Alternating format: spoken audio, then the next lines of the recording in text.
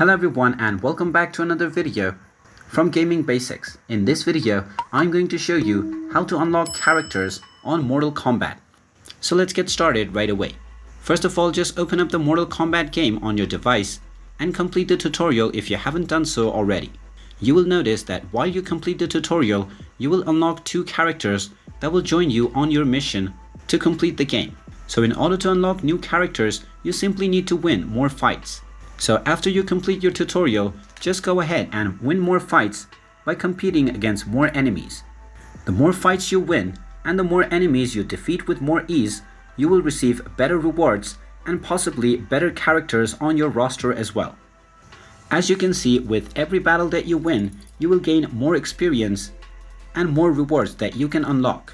You can also unlock more characters from the main menu by tapping on Collection.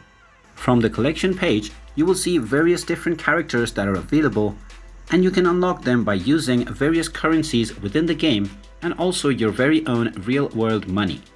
You can also try your luck with the free rewards option at the top section, and from here you might even get characters. You can use your gold reserves to buy the character that you want, and you can also use your gems.